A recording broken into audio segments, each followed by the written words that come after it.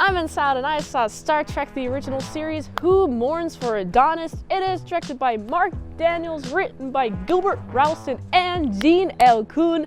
And if you haven't seen this episode, I will spoil it for you. This episode starts and we're following the USS Enterprise and they're encountering a green hand. A green hand just goes up towards them and then grabs the USS Enterprise, and immediately you're like, what is this green hand doing here? That is so weird. This green hand is energy. It's not a physical thing. It's a field of energy, a field of green energy. And so this is being produced by the planet surface below, the sensors are reading, and so we gotta have a bunch of people go down there, including Spock, Kirk, and also there's this chick. She knows a lot about ancient cultures and artifacts and all that fun jazz. So she goes down here, and who are we meeting? We're meeting Apollo. This person claims to be Apollo. He's like, I am a person who deserves love and worship, and I have to be loved and worshipped in order to survive. And I'm just thinking, you seem a little bit privileged, guy, because the default state of being is not love and worship. Incredibly privileged man. I'm like, this is some really high expectations that you got going on here, Apollo, if that even is your name. Of course, the crewmen are like questioning him. They're like, is this guy really Apollo? This is weird. What's fun about this episode is that this Apollo guy, he's got a beautiful garden, just like the one in, I guess he has a more pretty garden than I do, but he has a beautiful garden, and he's just hanging out. He's like, hey, woman, lady, you're the only lady here. You are beautiful. I want to marry you. Also, hey guys, please stay here. You guys are going to stay here forever because I need love and worship, but in exchange, I'll give you everything that you want. Anything you want, anything you desire, anything you need. I'll give you it all. And Kirk, you know what he wants? He wants to explore the stars. That's something that Apollo cannot give him if he stays here. So Kirk is like, no. And I'm like, yeah, go, Kirk. You go, Kirk. You're making the right decision. You're making the responsible decision. But this chick, she seems to be in love with Apollo. So it's very hard for her to be like thinking of the good of the group because she's thinking about herself. She's like, I get to be with a handsome man. I get to be with a god. A person who says that he's a god. But actually, I like the little discussion going on in this episode. Like, Apollo, isn't he like a Greek god? That's weird. Why is he here? Oh, well, alien race came from another planet. An alien race that needed to be loved and also worshipped constantly in order to stay alive. Yeah, they went to Earth. The Greeks were there. They were worshipped by the Greeks, and then, stuff happened to Greece, and they're no longer a country. Wait, Greece exists? Wait, why did the Greeks stop worshiping the gods? The Greek gods. Why did they stop worshiping the Greek gods? I am not a historian in Greek history and Greek mythology, so if you know these answers, let me know in the comments below, because I don't know these facts. I don't know anything about Greece.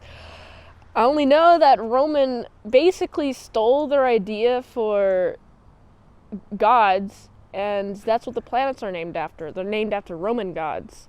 So that's literally all I know. So of course we have Apollo. He's here. He's an alien race that went to Earth many, many years ago. He got the Greeks to worship him, and then they stopped worshiping him and also his other guys, and so they had to leave, and then they ended up dying, and then that is tragic. And also, since it's now warm enough for mosquitoes to come out, and so now we're now in a seasonal I guess three season battle against mosquitoes now. I found them here. I find them. I'm gonna get them. I'm gonna make sure they don't bite me. Get out of here, mosquitoes. Anyway, I do like Kirk. He's like, hey, you freaking mosquitoes. Kirk's like, hey, you have to. This is an order, by the way. You have to tell him off easy. You have to be like, I'm not interested in you, actually. And this is a little bit of a struggle for her. The episode doesn't really ruminate on how much of a struggle this is for her. It just kind of shows her face expressions is like, no, I have to deny this husky man. He's very glowing and he wears shiny gold things. I like him. This is going to be sad. This is going to be hard to do. Oh, there's like freaking mosquitoes on me. It's going to be a very annoying season. Anyway, so she lets him down. The way she done it is hilarious. She's like, oh, I'm just studying you for science reasons. You're like a bacteria. And it's like, oh, this is brutal, man. You compared him to a bacteria?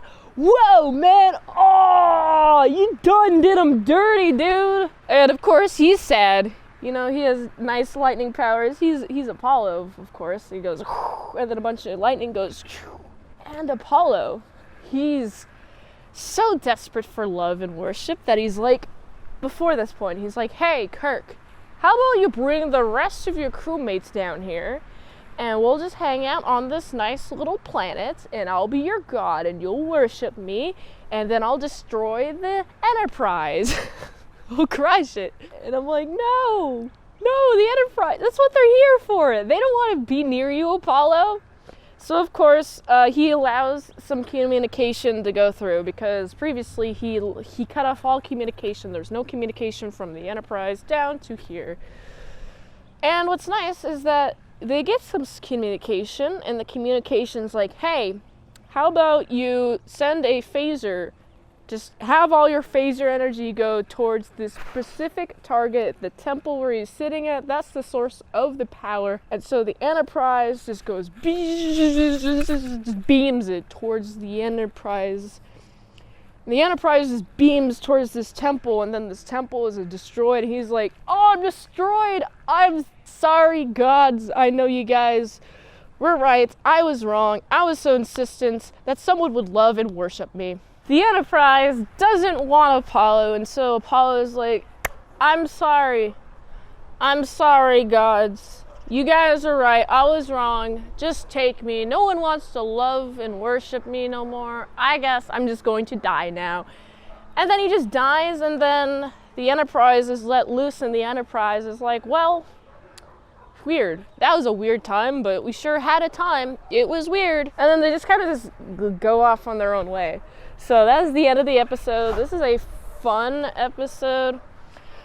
I was not expecting to meet Apollo in Star Trek, but here he is. And then he's now no longer here because he dies in this episode. Oops.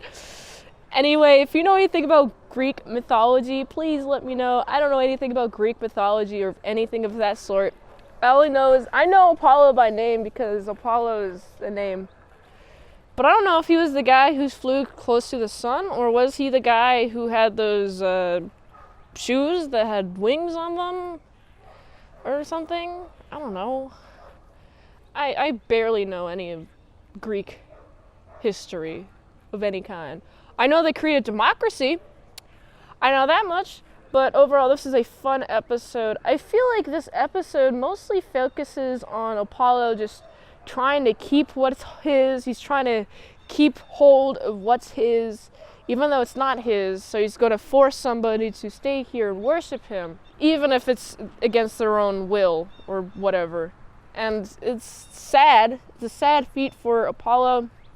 But I mean, other than meeting Apollo, kind of questioning what the heck's up with Apollo, why is he here? Oh, answer, he's an alien. Okay, cool. There's not like a huge amount of depth to this episode. I guess the episode showcasing what would people do if they were captured by Apollo and forced to be his guy. and they were refusing it. I guess that's what this episode kind of showcases, but it's just them going to a planet and then dealing with shenanigans. It's a fun episode. I mean, this is not my favoriteest episode in the world, but it's fun, and I really like the set, and I wish I was living in the set. So I gotta give this episode, it's like a solid 7.2 out of 10.